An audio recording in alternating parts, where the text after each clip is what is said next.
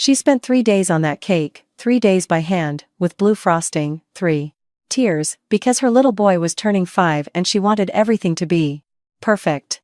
And then, in front of 35 people, her husband grabbed her by the back of the neck and shoved her face into it.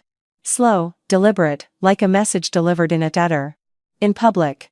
His mistress started recording before the silence even set in. She was already smiling. His mother crossed her arms and whispered a word. Finally. 34 adults stood paralyzed. No one moved, no voice said stop. The only person who ran to her was her 5-year-old son. Now, this is what none of them knew. Not the husband, not the mother, not the mistress with her camera already raised. The woman standing there with blue frosting dripping down her chin, the woman they had just humiliated in front of everyone they had ever welcomed into their home, was the daughter of one of the wealthiest men in New York's Hudson Valley. And she had willingly renounced every dollar of that fortune years before, because she wanted to be loved for who she was, not where she came from. Stay with me, because what she did next not only changed her life, it changed every life in that room. And it will change the way you think about the quiet woman standing next to you. This story isn't just about betrayal and revenge.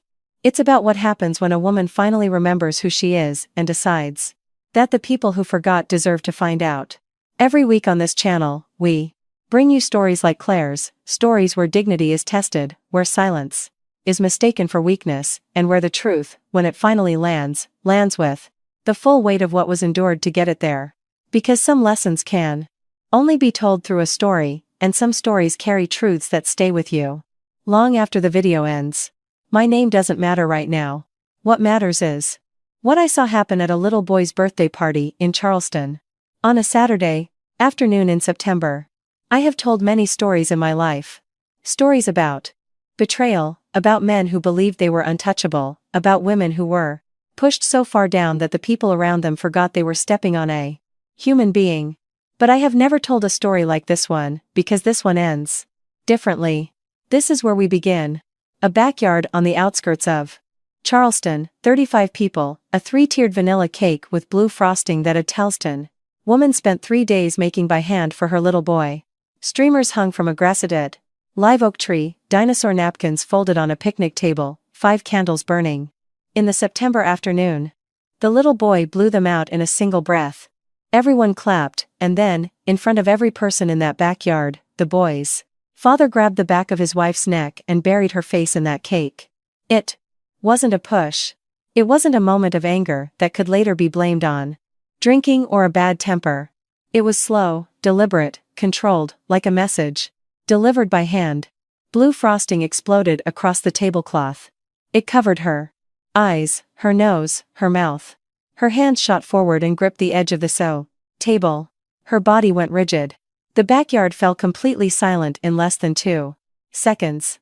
His mistress raised her phone and started to record. She was smiling. Even before she started filming. His mother crossed her arms, once. Slowly, she turned to the woman beside her and whispered one word. Finally. 34 adults stood paralyzed. No one moved. No one said stop. No one approached the woman with blue frosting dripping down her chin. The only person who moved was the birthday boy. He was 5. He scrambled off his chair and ran across the grass, his arms outstretched, stumbling on the uneven ground, trying to reach his mother's face, trying to wipe away the frosting with his small hands. Mom, Mom, Mom, his little voice cracked the silence like a fissure in crystal. She lifted her head slowly. She didn't scream, she didn't curse, she didn't throw a single thing. She knelt, picked up her son, and wiped his tears away before she wiped a single trace of frosting from her own face. Then she walked into the house. The screen door closed silently behind her. Her husband turned to the party. It's fine, he said. She's always such a drama queen. Now, before I tell you what happened next, before I tell you who this woman really was and what she did with all of this, I need you to understand something important. The story doesn't begin in that backyard. It begins 12 years earlier, in the rolling hills of the Hudson Valley, on a 400-acre estate surrounded by oak trees and morning mist, where a young woman named Claire made a decision that everyone around her thought was foolish, And that would take 10 years, a ruined marriage, a bathroom floor, and a ballroom full of the right witnesses to prove that it was, in fact, the bravest thing she had ever done. She was right that love was worth more than a last name. She was also about to spend the next decade learning exactly how much that belief would cost her. Claire Montgomery grew up on land that had been in her family for 3 generations. It wasn't the showy kind of wealth, not the kind you see on magazine covers or television. It was old, quiet money. Rolling green pastures outside of Rhinebeck, a stone fountain at the end of the main drive, a library inside the house with more books than the town library. The kind of wealth that never felt the need to prove anything to anyone, because it had always known exactly what it was. Her father, George Montgomery, was the 3rd generation to run it. He wore simple clothes, drove a pickup truck with a dent over the left rear wheel he never bothered to fix. He knew every person who worked on his property by their first name, by their children's names, by the craperdashin' things that kept them up at night. He raised Claire on his own after her mother, Margaret, passed away from an aggressive cancer when Claire was 7. He taught her how to cook. He taught her how to tend a garden. He taught her that kindness was a form of intelligence and that cruelty was always, without exception, a sign of fear. Every Sunday afternoon, George and Claire would sit on the porch of the estate, and he would tell her stories about Margaret, how she could walk into a room full of noise and without saying a word, make everyone feel calmer. Just by her presence, how she laughed at things that didn't deserve laughter, and made them worth laughing at anyway. When Claire turned 8, George sat her down at the kitchen table and placed a small jewelry box in front of her. Inside was a thin silver bracelet with a small compass charm from Margaret. He had carried it in his coat pocket since the day she died. He fastened it around Claire's wrist and said, "This compass belonged to your mother. She wore it every day of her adult life, not because she needed it to find her way, but because it reminded her that she always had one. No matter how lost things seemed, she had a direction. And so do you, my little bear, always." Claire never took that bracelet off, not once in 26 years. When Claire turned 22, she made a decision that baffled almost everyone who loved her. She told George she wanted to leave. Not the estate, not her family. She wanted to leave the name.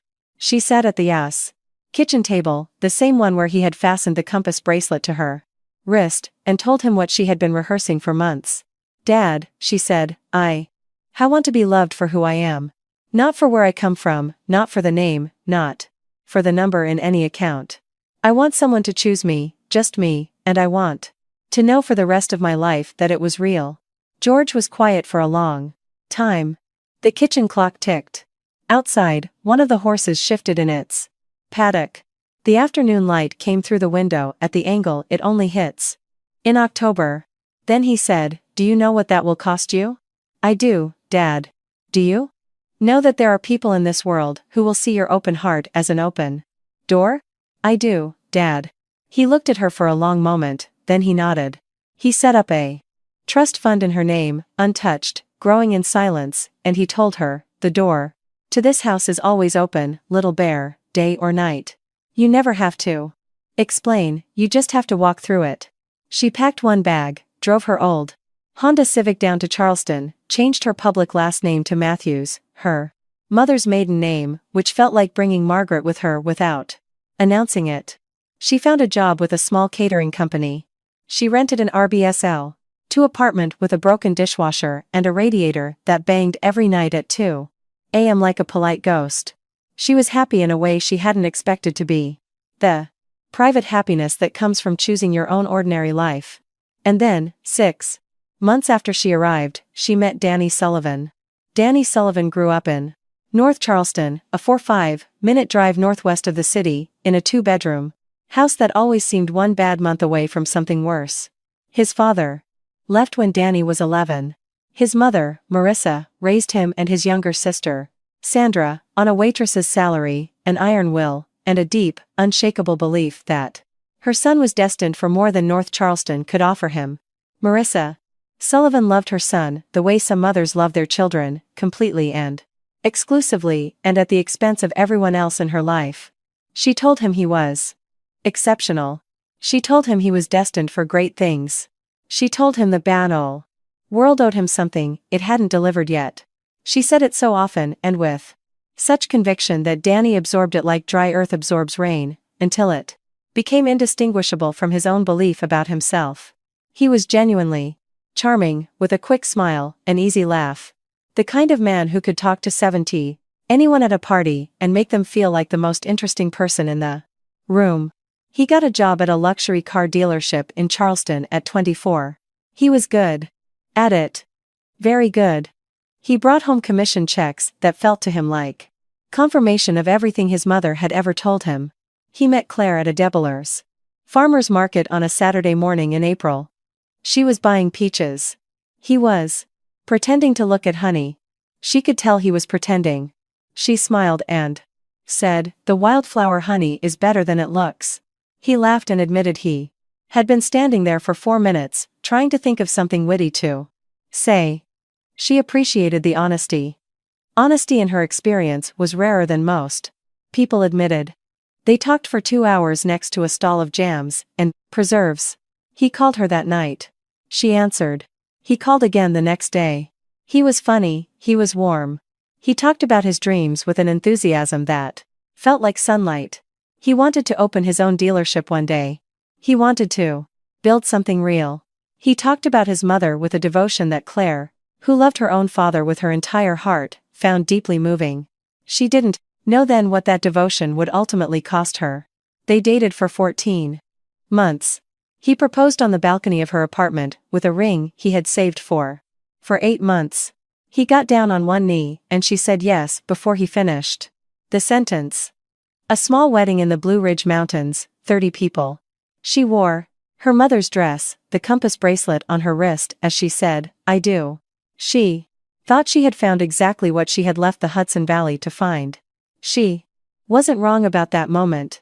She was wrong about how long it would last. The first 2 years were good.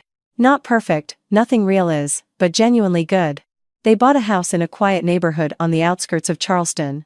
Modest, clean, with a backyard that had a live oak tree. Claire planted a garden along the south fence line. Tomatoes, basil, zucchini. Danny teased her about it. And then ate everything she grew without complaint. Leo was born 14 months after. They were married. Danny cried in the delivery room, real tears, the unguarded kind men cry when something enormous happens, and they forget to perform. He held his son for the first hour and wouldn't let him go. Claire watched him and thought, this is what I came for. She wasn't wrong about that moment either. She, too, was wrong about what the years, the money, and his mother's voice would ultimately do to him. The shift began in the 3rd year. Danny was promoted. First to senior salesman, then to supervisor, then to sales manager. 18 months after that, his commission checks doubled, then tripled. He bought a new car. He joined a gym in the South of Broad neighborhood that cost $400 a month. He changed his cologne.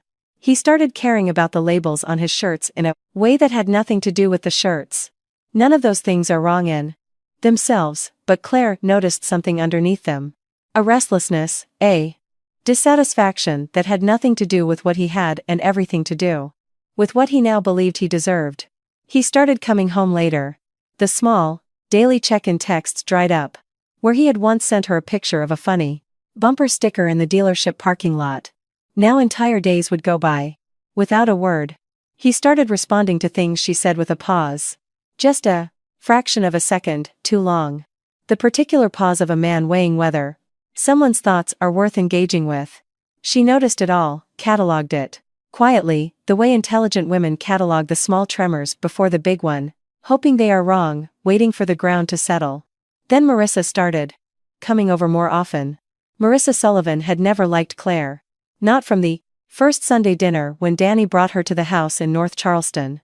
She had looked at Claire, her quiet manner, her simple clothes, the silver bracelet on her wrist, the way she listened more than she spoke, and made a decision in the first 5 minutes. This woman was not enough for her son.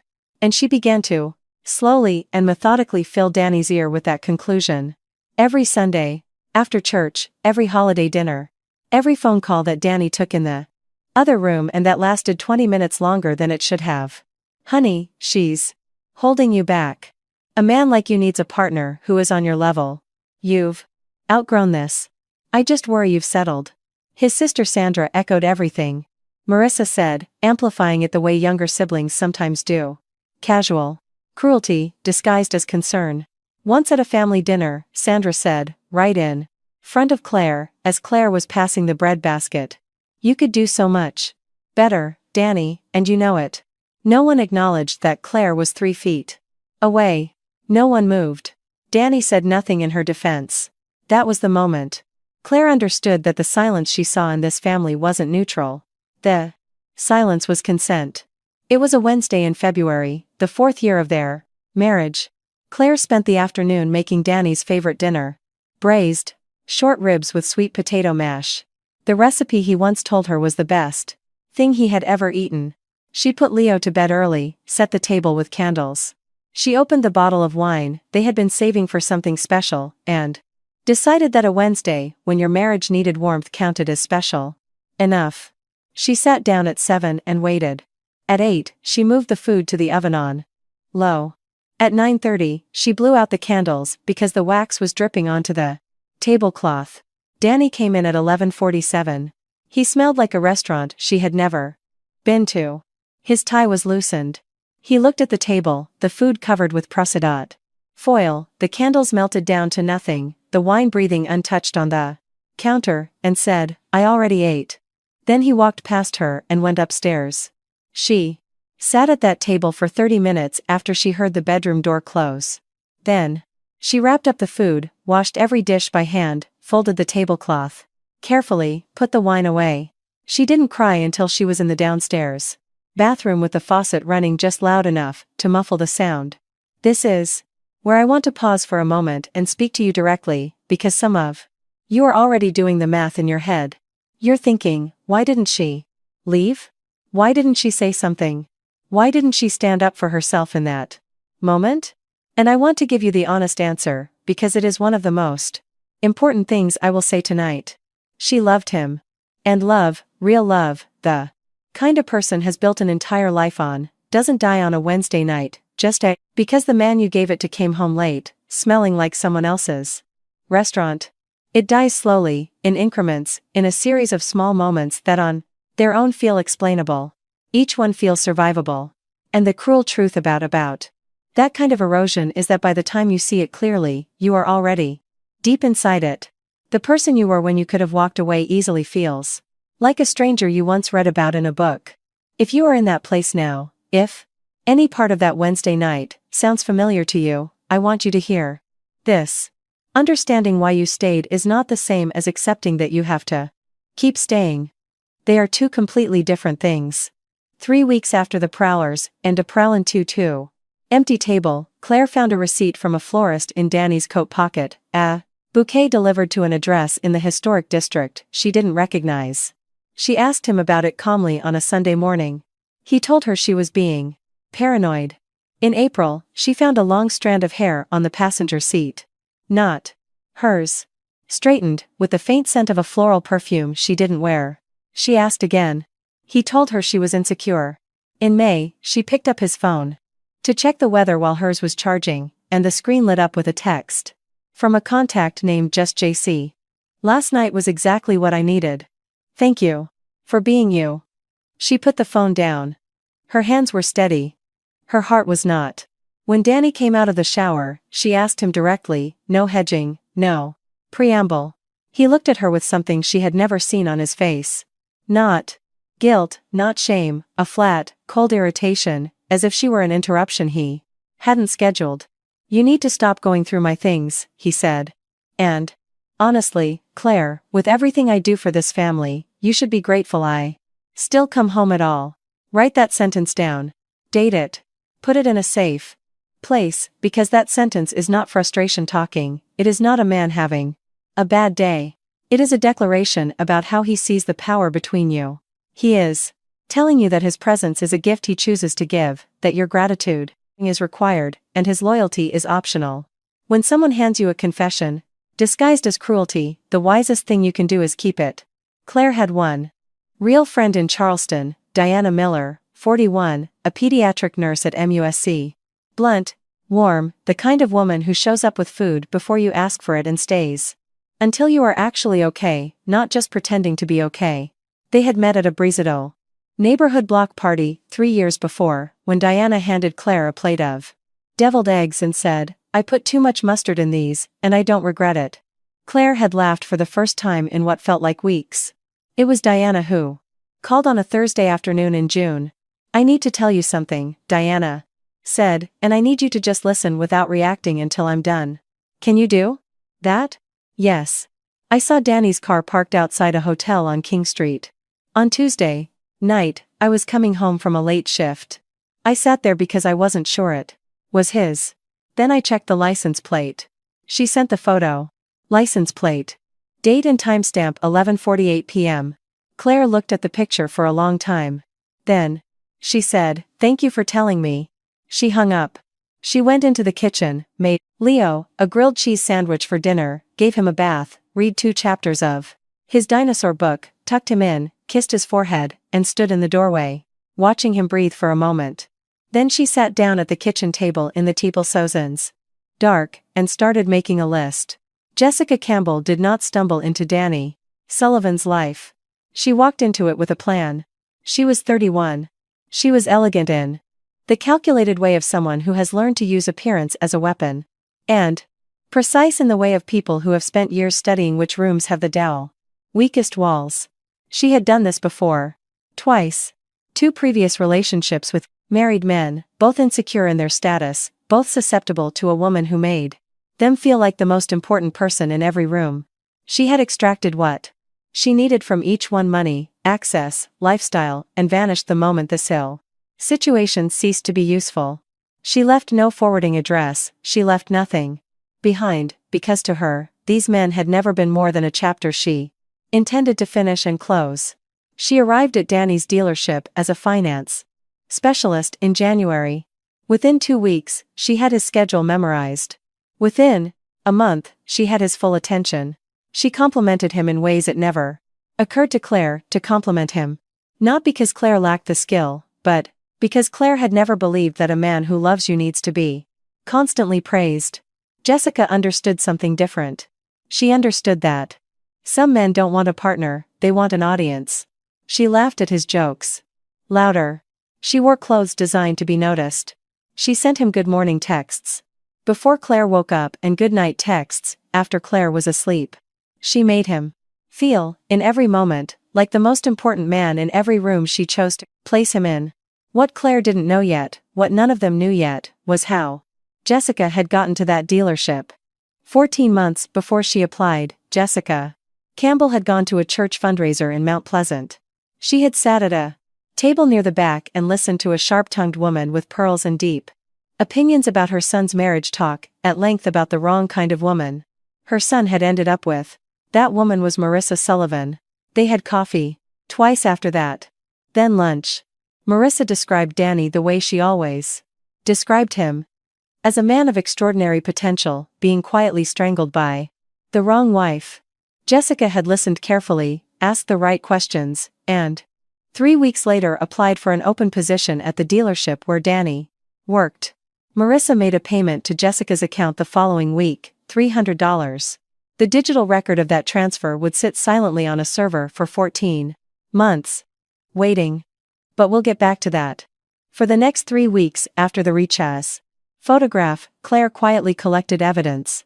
The florist receipt, Diana's photo, bank statements that showed charges she didn't recognize, restaurants she had never been to, a hotel stay charged to their joint account on the night she had been in Rhinebeck visiting George.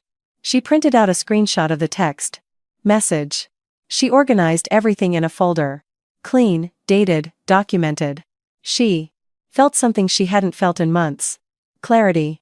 The kind of clarity that feels like power, because it finally gives you solid ground to stand on. On a Sunday morning at the end of June, with Leo at Marissa's for the afternoon, she sat across from Danny at the kitchen table and placed the folder between them. She didn't raise her voice, she didn't cry. She presented the information, the way a woman presents something she knows to be true. Danny looked at the folder. He looked at each page, then he leaned back and laughed. Not nervously, Genuinely, as if she had told a joke he found more amusing than threatening. What exactly do you think you're going to do with this, Claire? She said she was considering her options. He said, you don't work, you have no money of your own, you have no career. What lawyer is going to take your case on credit? I have an income. A mother who will testify about what kind of wife you've been, and a lawyer who owes me a favor. So, tell me again what you're going to do. She held his gaze and didn't answer. He picked up his phone and called Marissa right there at the kitchen table in front of Claire. Hi, Mom. Can you keep Leo for a few days? Claire needs some time to get herself together. Marissa arrived in 19 minutes. She had Leo's overnight bag packed before she walked in the door. She had been waiting for this call. Claire stood in the front doorway and watched Marissa buckle her son into his car seat.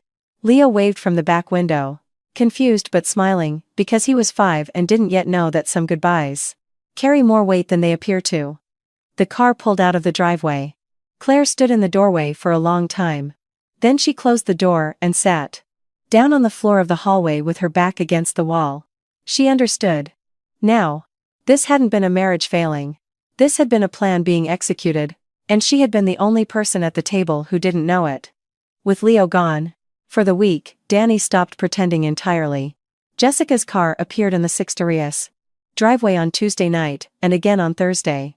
Marissa came over on Friday afternoon and the three of them sat on the back porch eating takeout on the table Claire had found at a flea market and repainted herself one spring weekend. Sandra posted a photo that Saturday night, family dinner at a steakhouse on the waterfront. Danny, Marissa, Sandra, and Jessica tagged at the Telenis restaurant, laughing. No Claire, no Leo. A family portrait complete with Claire surgically removed. Someone in Claire's neighborhood saw it and sent her the fact at screenshot without a single word of explanation. Just the image. Just the absence. Claire called Diana. Diana came right over, found Claire sitting on the side kitchen floor with her back against the cabinets, not crying, just completely still in the particular way of a person who has moved past crying and into something quieter and more dangerous. I don't know how to fight this, Claire said. I don't even know what I'm fighting. Diana sat down on the floor next to her without hesitating. Then we'll figure it out together, she said. But first, you're going to eat something, because you can't fight anything on an empty stomach, and I will not watch you fall apart before you get to the good part. Claire almost smiled. Almost. Leo came home after 10 days. Claire threw herself into planning his birthday party the way she threw herself into everything she loved. Completely, with both hands, holding nothing back. She made a 3-tiered vanilla cake with blue frosting, Leo's favorite color. She hung streamers from the oak tree, she arranged little chairs in a circle for the towels. Children who were coming, she made a playlist of his favorite songs, she bought paper plates and napkins with dinosaurs on them, and a T-Rex-shaped piñata that took her 45 minutes to find online. Everything was modest. Everything was touched with care. She invited 35 people, neighbors, parents from Leo's preschool, a few of Danny's coworkers she had always been friendly with. She spent 3 days on the cake alone, piping the frosting into swirls exactly the crumb way Leo liked it, which was in big circles. Starting from the outside edge. Danny said he had invited a few people, too. He didn't mention Jessica. He didn't mention what he had told Jessica. That this was her moment to walk through the front door of Claire's house as if she belonged there. Claire saw it happen in real time. Jessica arrived in a sundress and large sunglasses, a designer bag on one arm, Danny's hand on the other. Marissa met her at the door and hugged her the way you hug someone you have been waiting for and have missed dearly. Claire was standing by the food table with a platter of sandwiches. She had cut into triangles because Leo believed, with the conviction of a 5-year-old, that triangle sandwiches tasted better than square ones. She put the platter down slowly, watched Jessica standing in her backyard next to her husband. She understood then with total clarity that this party was not a birthday party. It was a demonstration, and she was the object of the demonstration. The candles were lit at 3 p.m., 35 people gathered in a backyard. Claire had decorated with tape and love. And 3 days of careful, quiet work. The streamers moved in the September breeze. The T-Rex piñata hung from the oak tree. The dinosaur plates were stacked neatly at the end of the food table. Leo stood on a small stool to reach the candles. His face glowed in the light of 5 small flames. His eyes were wide with the specific seriousness of a child who understands that making a wish is important work. Claire knelt beside him, with one hand on his small back. "Make a wish, sweetie," she said quietly. He squeezed his eyes shut. His whole face wrinkled with the effort of wishing with all his might. He blew out all 5 candles in a single breath. Everyone clapped. Claire smiled. A real smile. The first one that day that had cost her nothing to make. For exactly 1 second, everything in that backyard was just birthday party. Then Danny stepped forward. He didn't yell, he didn't make a speech, he didn't raise his voice or show any sign of the rage that would have at least been honest. He put one hand on the back of Claire's neck and buried her face in the cake. Not a push, a slow, deliberate press, the specific force of a decision already made. The sound was soft, like something breaking underwater. Blue frosting exploded outward across the tablecloth. It covered her eyes, her nose, the corners of her mouth. Her hands shot out and gripped the profit. Hands shot out and gripped the profit edge of the table with both palms flat and firm. Her body went completely rigid. The September air pressed on the back of her neck. The backyard fell silent in less than 2 seconds. Jessica raised her phone, started recording before the silence had fully settled. She was already smiling.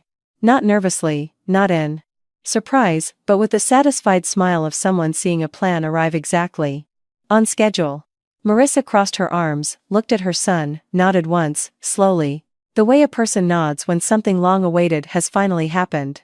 She turned to Sandra and said, low enough to be a whisper but loud enough to be heard. Finally, maybe now she'll understand her place. 34 adults stood paralyzed. Not one person moved toward Claire. No voice said stop. No hand reached out. The only person who moved was Leo. He screamed, "Mom!" He jumped off the stool and ran across the grass, both arms outstretched, stumbling to find her face, his small hands finding her cheeks, trying to wipe away what had been done. "Mom, Mom, Mom." His voice cracked the silence like a line drawn through ice. Claire lifted her head, blue frosting dripping down her chin. Tears ran in tracks through the frosting. She could feel the heat of 35 people standing around her. None of them moving. All of them choosing to be somewhere else in their minds. She didn't scream, she didn't curse, she didn't throw a single thing. She knelt down, picked up her son, wiped his tears first with the corner of her own sleeve before she touched her own face. Then she turned and walked inside. The screen door closed gently behind her. Danny turned to the party with the ease of a man who has already moved on. "It's fine," he said. "She's always such a drama queen." Jessica reviewed the footage on her phone, sent it to her own number, smiled at what she saw. Marissa told the guests the party was continuing. Sandra helped herself to a piece of the ruined cake. Inside the hallway bathroom, Claire locked the door. Leo was on her hip, his face buried in her neck, his small body shaking with the effort of a 5-year-old trying to understand something his nervous system knew was wrong before his brain had words for it. She stood in front of the sink. She looked at herself in the tacked mirror. Blue frosting covered her face like a mask someone else had chosen for her. Her mascara had run in dark lines through the frosting. The silver compass bracelet on her wrist was smeared with cake. She cleaned the bracelet first, gently, with the corner of a washcloth, more carefully than she cleaned her own skin. She rubbed the small compass charm until the silver caught the bathroom light again. She looked at her son. "It's okay, sweetie," she whispered. "Mommy is always okay." Her hands would not stop shaking. 40 minutes later, with Leo asleep on the bathroom rug with a folded towel under his head, Claire checked her phone. 9 notifications. Jessica had posted the video publicly. In less than an hour, it had been shared to 3 Facebook groups, a Reddit thread, and a gossip account with 200,000 followers. The caption read, "When she finally gets what she deserves, followed by a laughing, crying emoji. The comments were divided. Some people thought it was a prank. Some called Claire a drama queen.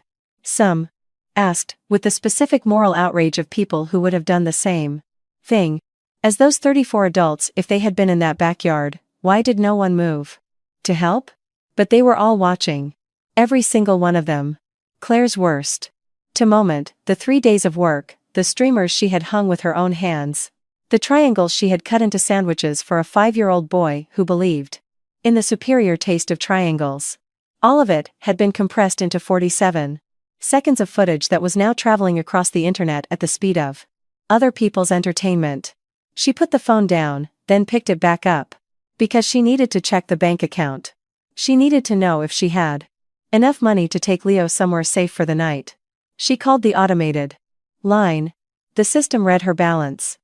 $23.40. She pressed 0 to speak to a representative. She waited on hold for 6 minutes, listening to music designed to be calming that was not. A man answered. She asked about the balance. He told her there had been a cash advance taken out against a line of credit associated with her social security number 3 weeks before. A card she had never applied for, a card she had never activated, a card she had never held in her hands. Ma'am, the primary cardholder authorized it using your information. Her name. Danny's authorization. She asked how much was on the card, $40,000 in charges. Hotels, jewelry, weekend trips, a spa visit billed on the morning after she had for made a day. Taken Leo to his pediatrician appointment alone because Danny had something he needed to do. Designer items shipped to an address that was not her home. All in her name. All without her knowledge. All without her signature. She sat on the .s bathroom floor. Her son slept a foot away, his chest rising and falling with the even rhythm of a child who still trusts the world enough to sleep soundly in it. She had no money. Her credit was destroyed. Her face was on the internet covered in birthday cake frosting made with her own 3 days of labor. And the man who had arranged it all was downstairs in her backyard with the woman he had chosen. In her place, laughing. This is where I want to stop the story completely for a Raver Mayonnaise moment. Not to add drama, not to make you feel worse before you feel better, but because I want you to sit with the specific weight of that bathroom floor. A woman with a sleeping child on her shoulder, no money, no plan, no one in that backyard who had moved toward her, with the world telling her in every available language that she did not matter. That was not the end of Claire Montgomery's story. That was the bottom. And the bottom, it turns out, is exactly where some people find out what they're really made of. Because something happened in that bathroom. In the quiet dark, while her son slept and the water dripped from the faucet she had forgotten to turn all the way off. Something inside of her that had been very quiet for a very long time, stood up. 3 a.m. Leo was asleep beside her in the bed. His hand was curled around his toy dinosaur. His breathing was slow and steady. The breathing of a child who has cried himself into a deep and deserved rest. Claire lay beside him in the dark, with her phone in her hands. She had been staring at it for 40 minutes. She scrolled to a contact she had not called in 4 years. Not out of anger, not out of distance, out of the particular pride of a woman who made a decision and needed to live fully inside it, without her father's voice reminding her of who she was. George Montgomery. She pressed call. It rang twice. Little Bear. His voice was exactly the same. Unhurried, steady. The voice of a man who has been in the same place for a very long time and is not surprised by time. She didn't cry. She had emptied herself. Tea of tears weeks before the birthday party. What was left was something flatter and cleaner, not quite numb. Resolute. She said, Dad, I need to tell you everything, and when I'm done, I need you to let me decide what happens next. Not you, me. Can you do that? A pause. Yes, he said. Tell me everything. She talked for 90 minutes. She told him all of it. The year of small erosions, the dinners eaten alone, Marissa's campaign, Jessica's arrival, the text on the phone, Leo's overnight bag packed before the phone call, the birthday party, the cake, the video, the bank account. Her voice stayed flat, and even the whole time, clear as a person reading the facts of someone else's case aloud in a Siption courtroom. George listened without interrupting a single time. When she was done, the line was silent for 10 full seconds. Then he said, "What do you want, Claire?" Not, "I'll handle this." Not, "No one touches my daughter." Not a promise of revenge disguised as love. "What do you want?" She said, "I want Leo safe. I want what he did with my name, documented and handled through every available legal channel. And I want to walk back into my own life on my own 2 feet. I'm not asking you to fight for me, Dad. I'm asking you to give me what I need and trust me to use it." Another pause, longer this time. "That's my girl. Dr. Horace Price called Claire directly the next morning. He had been George Montgomery's legal counsel for 23 years. He was 64, silver-haired, and spoke in a register so measured that opposing counsel often spent the first 10 minutes of any meeting trying to determine if he was taking them seriously. He was always taking them seriously. He just saw no reason to fake urgency.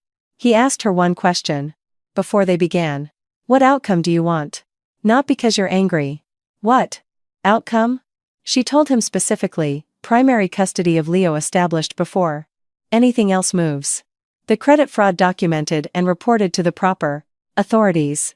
The video preserved as evidence of emotional abuse for the divorce proceedings. Nothing else, nothing theatrical. Just the facts placed in the personnel right rooms with the proper weight behind them."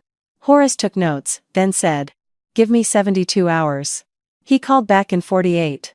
"Miss Montgomery," he said, "we've looked into Jessica Campbell's background. The prior pattern of 2 previous relationships is documented and usable, but there's more." He paused. "The kind of salmonivir pause, that means what comes next is going to change the shape of everything.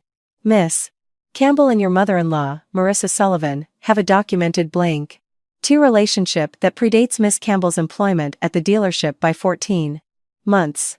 We have phone records and a financial transaction. Miss Sullivan made a payment to Miss Campbell's account approximately 1 week after Miss Campbell submitted her job application at the dealership." Claire was silent. "Marissa didn't just condone the affair," Horace said. "She initiated it. She recruited Jessica Campbell, cultivated the relationship, and arranged the introduction to your husband. We have the documentation." Claire sat down slowly in the kitchen chair. She thought of every Sunday dinner, every whispered campaign, every time Marissa had shown up at the right moment to take Leo, to plant another seed, to position herself in the space between Claire and Danny like someone tending a garden they intend to harvest. She thought of the birthday party, Marissa's crossed arms, that single word, finally. She hadn't been watching a marriage fall apart. She had been watching a woman dismantle her family deliberately for years because she had decided a long time ago that Claire Matthews was not the right woman for her son, and she had decided to do something about it. "What do you need from me?" Claire asked. "Nothing yet," Horace said. "Just hold on a little longer." 3 weeks after the birthday party, Danny Sullivan received an Afreed invitation. Thick cardstock, gold lettering, the Southern Business Leadership Summit, a gala at a historic hotel in downtown Charleston. A note inside indicated he had been selected for a recognition as an outstanding contributor to the community. He called Jessica from the dealership parking lot the moment he read it. "Baby," he said, "we've got a gala." She responded with exactly the enthusiasm he had come to depend on. He bought a new tie, had his shoes shined, told Marissa to get her hair done. He told Sandra to find something elegant. He didn't know that George Montgomery was the primary sponsor of the event. He had never needed to know that name. He arrived with Jessica on his arm and Marissa by his side and took his seat at the VIP table near the front of the ballroom. Crystal chandeliers, white tablecloths, a live band playing something smooth and decadent. Tasteful, 300 of the most influential people in the city of Charleston in one room. Danny surveyed it all with the satisfaction of a man who believes he has of day finally arrived in a place worthy of him. Marissa straightened her pearl necklace and said, "This is exactly the life you deserve, honey." Sandra took pictures for her social media. No one mentioned Claire. No one thought of her. She had been erased from the evening before it began. That afternoon, a box of clothes arrived at Diana's house where Claire and Leo had been staying. Inside, a navy blue dress, simple and precisely cut. The kind of garment that doesn't need adornment because the woman wearing it is the adornment. A note in George's handwriting on a small card tucked into the tissue paper. You are the compass, little bear. You always were. Diana stood in the doorway of the guest room as Claire got dressed. She didn't say anything for a long moment, then she said, "You look like someone who is about to change the ending of a story." Claire fastened the compass bracelet on her wrist, looked at herself in the mirror. She didn't look triumphant, she didn't look angry, she didn't look like a woman performing a comeback. She looked like a woman who has walked through enough fire to know that she is not what burns. George spoke first at the summit. He didn't mention Claire by name. He spoke about legacy, about the difference between men who build something real and men who spend their lives performing success while quietly destroying the people closest to them. He spoke about what it costs a family when power is mistaken for cruelty. He spoke without notes and with the quiet authority of a man who has never needed a room to like him in order to command it. The room listened with the focused attention of people who could feel that the words were aimed at something specific. Then George said, "Tonight, I'd like to introduce someone who has taught me more about genuine grace under pressure than anyone I've met in my 67 years. My daughter." The ballroom doors opened. Claire walked in. Posture straight, gaze forward, the navy blue dress, the compass bracelet on her wrist, catching every light in that room. No performance, no look of triumph, just stillness. A complete and unshakable stillness. The kind of stillness that comes from a woman who has finally decided she is done being small in spaces that should have always belonged to her. She did not look at Danny's table. She walked through the Senanese and an AD center of that ballroom and conversation stopped mid-sentence. Forks were set down, glasses paused at lips. 300 people fell silent, the particular way people fall silent when they sense they are watching something that matters. She walked up the steps to the stage, took her father's hand, turned, and faced the room. Danny's champagne glass stopped halfway to his mouth. His brain worked to catch up with what his eyes were seeing. His wife on that stage next to that man. The man whose name was on the gold lettering of the invitation Danny had in his breast pocket at that very moment. Jessica's hand slipped from his arm. Her smile collapsed, not slowly, all at once, like a structure with nothing holding it up. Marissa grabbed the tablecloth with both hands. Her knuckles went white. The pearl necklace she had bought on credit felt, in that moment, very heavy and very small. Sandra put her phone down for the first time all night. Claire took the microphone from her father, held it steady. Her voice didn't shake. She didn't raise it. She didn't have to. "I want to tell you a story," she said, "about a woman who had everything and gave it up. Not because she was forced to, and not because she was naive, but because she believed with her whole heart that love was worth more than a last name, that being chosen for who you are is worth more than being valued for where you come from." She told them everything. The decision to leave the Hudson Valley, the farmer's market, the man pretending to I look at Honey for 4 minutes because he didn't know how to start a conversation. The wedding in the Blue Ridge Mountains, her mother's dress, the compass bracelet on her wrist as she said, "I do." The dinners eaten alone, candles that melted before he came home, the receipts, the strand of hair, the text message, being told she should be grateful he still came home at all. Her son's overnight bag, packed before the call to pick him up was made. 3 weeks ago, she said, I was in my backyard at my son's 5th birthday party. I had spent 3 days making a blue frosted, 3-tiered cake. My little boy blew out his candles, and then my husband grabbed me by the back of the neck and buried my face in that cake. Slowly and deliberately in front of every person I had invited into our home. The room was not breathing. His mistress recorded it on her phone. She was smiling before she started recording. His mother crossed her arms, nodded, and said loud enough for me to hear, finally, maybe now she'll understand her place. And not a single adult in that backyard moved. She paused. 5 full seconds of silence. The only person who came for me was my 5-year-old son. He ran across the yard with his arms outstretched, screaming, "My name." She let that land. I am that woman. She didn't point. She didn't need 2. Every head in that room turned to Danny's table. He was frozen, jaw tight. Eyes wide with the specific fear of a man who has just understood that the ground he built everything on was never really his. Behind Claire, a screen lit up. The video played. 47 seconds in a room full of 300 people who now knew exactly who her father was, who understood the full weight of what they were seeing.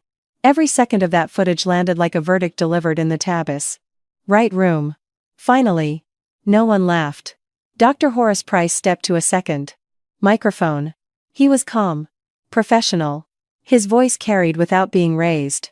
He announced the formal documentation of credit fraud totaling over $40,000, opened in the name of Claire Sullivan without her knowledge or consent, and confirmed that legal proceedings had been initiated with the district attorney's office. He pointed out that the property Daniel Sullivan currently occupied had always been in a trust held by the Montgomery family, and that occupancy had been formally revoked that evening.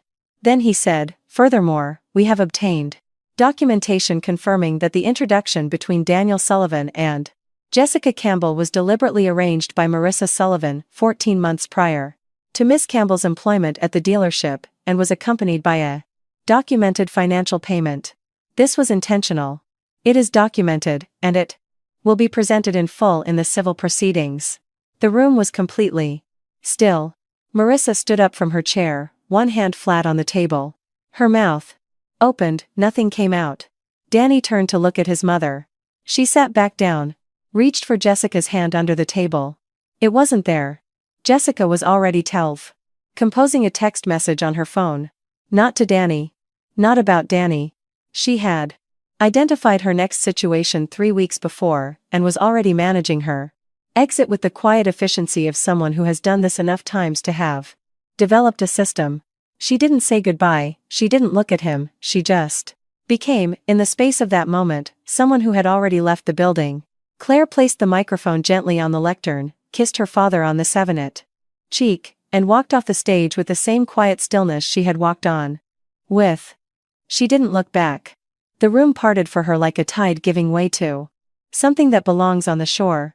As for Daniel Sullivan, he was served papers at the dealership on Monday morning, in the parking lot, in front of 3 coworkers who had stood in his backyard 3 weeks before and watched his wife walk inside alone with frosting on her face, and had said nothing. Now, they didn't look at him the same way. They looked at him with the particular discomfort of people who know they made a decision they cannot undo, who have spent the intervening weeks silently rearranging the memory of what they witnessed so that their own stillness felt more defensible than it was his. The manager called him into the back office and told him that the video, now recontextualized by the Summit coverage, by George Montgomery's name, by the documentation of the fraud that had been reported by 2 local news outlets, had resurfaced with all the detail the company needed to protect its reputation, that he was being placed on indefinite unpaid leave effective immediately. He drove home. The locks were changed. His clothes were in boxes on the front porch, folded neatly. Even his shirts were folded the right way, collar tucked, sleeves flat, the way Claire had taught him at the farmer's market on their 3rd date, when she had laughed at how badly he was doing it, and had taught him. Instead, that detail undid something in him more completely than any legal document. He called her cell phone. Voicemail. He called again. Voicemail. Her voice on the recording was calm, unruffled. The voice of a woman who has moved to the other side of something he was just beginning to fall into. He drove to Jessica's apartment building. He buzzed, no answer, buzzed again. He got inside and found the building manager, who told him Miss Campbell had vacated the 5 apartment 4 days ago.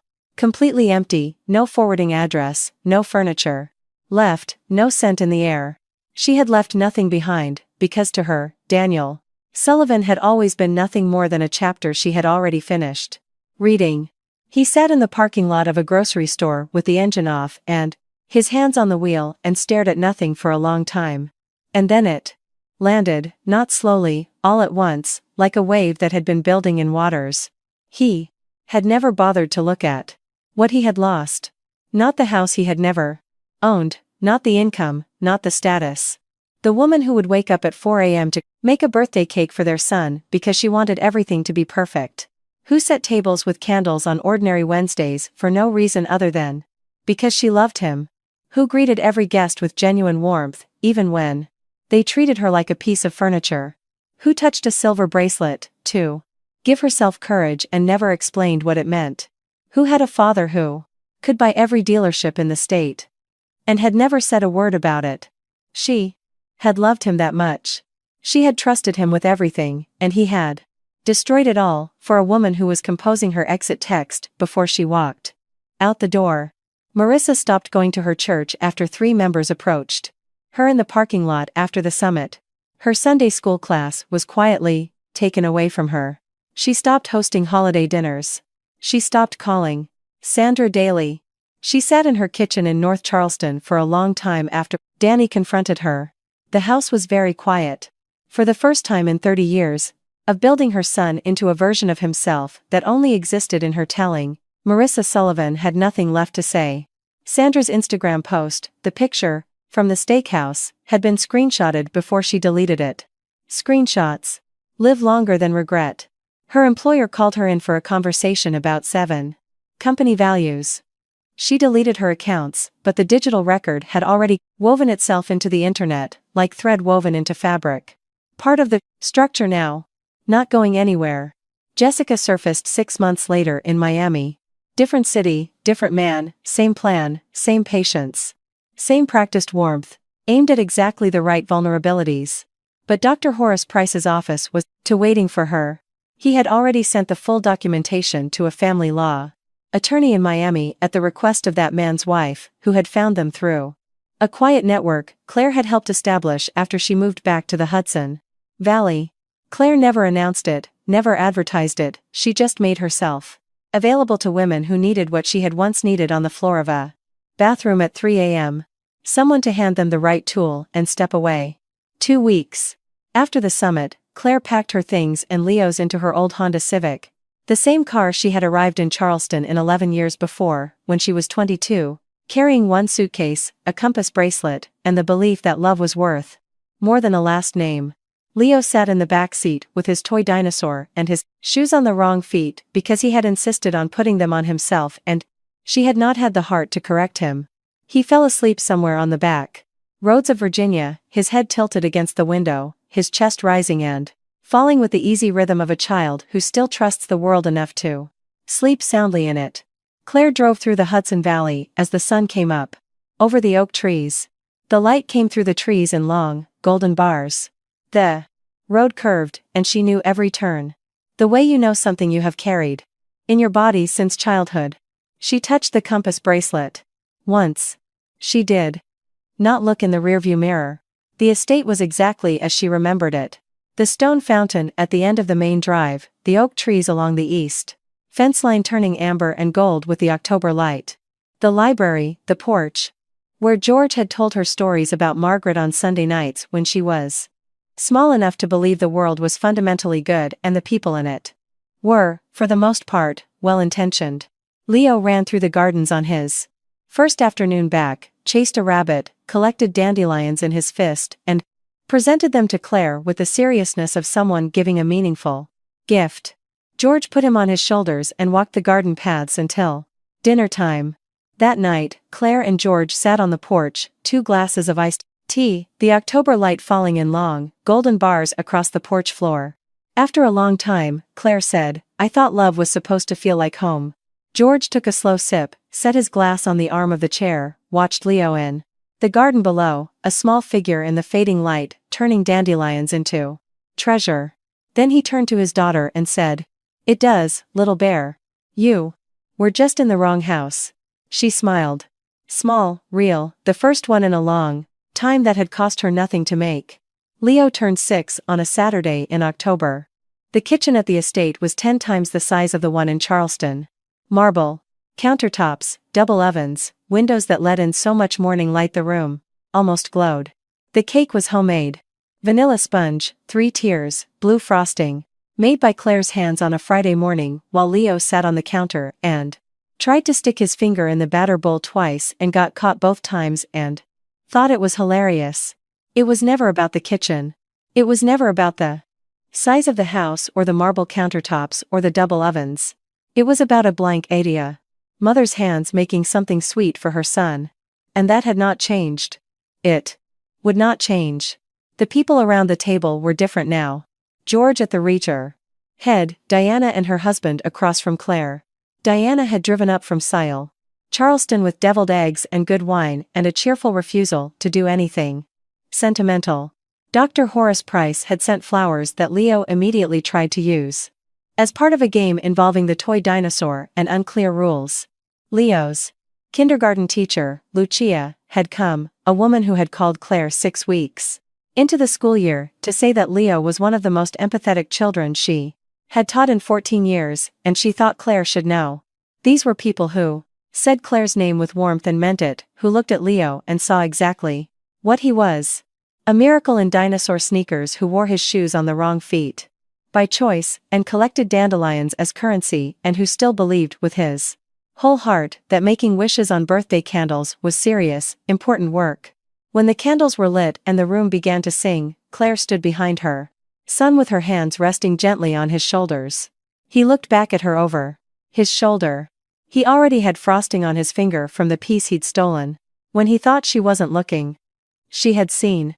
She hadn't said anything. Some things are worth allowing. Make a wish, Mom, he said. She laughed. A wide, unhurried, undefended laugh.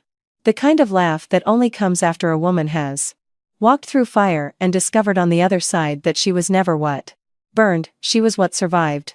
Sweetheart, she said, I already have. He blew out all 6 candles in a single breath. The room erupted. Real applause from people who meant it, from people who had chosen to be in that room because they wanted to be there, not because obligation had placed them there. The compass bracelet caught the October morning light through the kitchen window and flashed on her wrist like a small, steady star. Like something that had been pointing true north all along, even in the years when she hadn't been ready to follow it. Now, the lesson. What this story taught me. Before I end, I want to speak to you directly, not as a narrator interpreting the end of a drama, but as someone who has been sitting with Claire's story and thinking about what it really means. Because there are 5 things this story taught me, and I think they are worth saying out loud. First thing, silence is not weakness.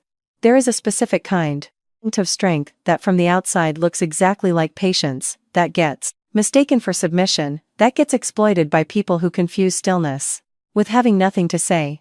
Claire was never powerless. She was waiting.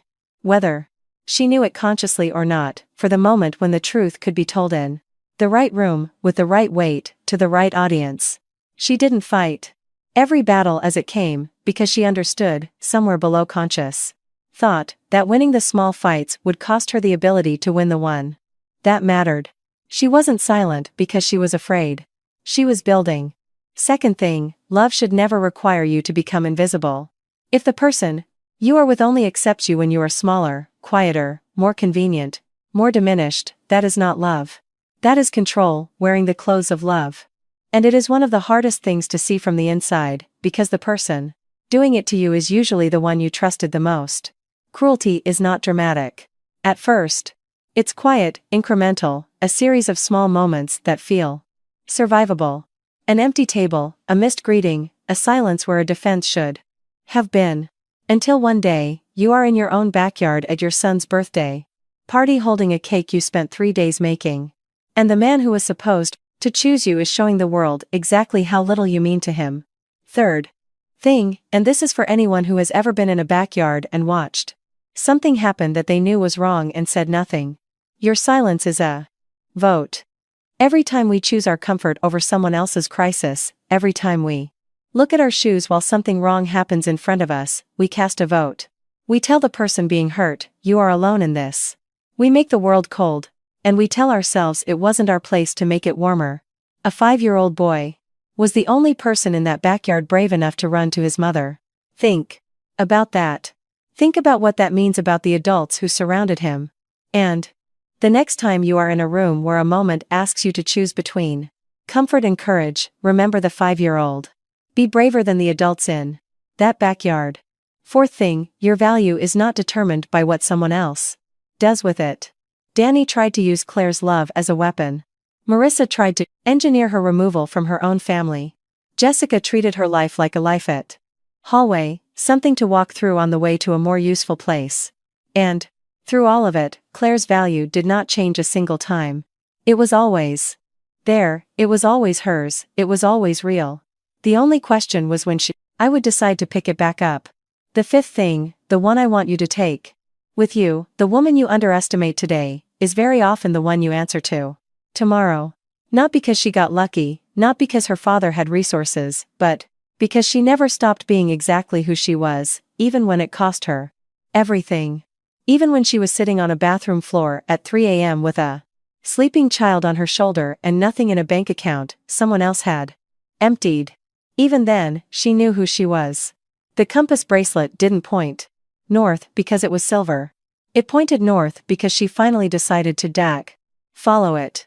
And that is something that no one, no husband, no mother-in-law, no carefully planned interloper, no viral video, no public statement drafted by a lawyer at 9 p.m. can take away from a woman who has decided to remember. So, before you judge someone's silence, consider what they might be building inside it.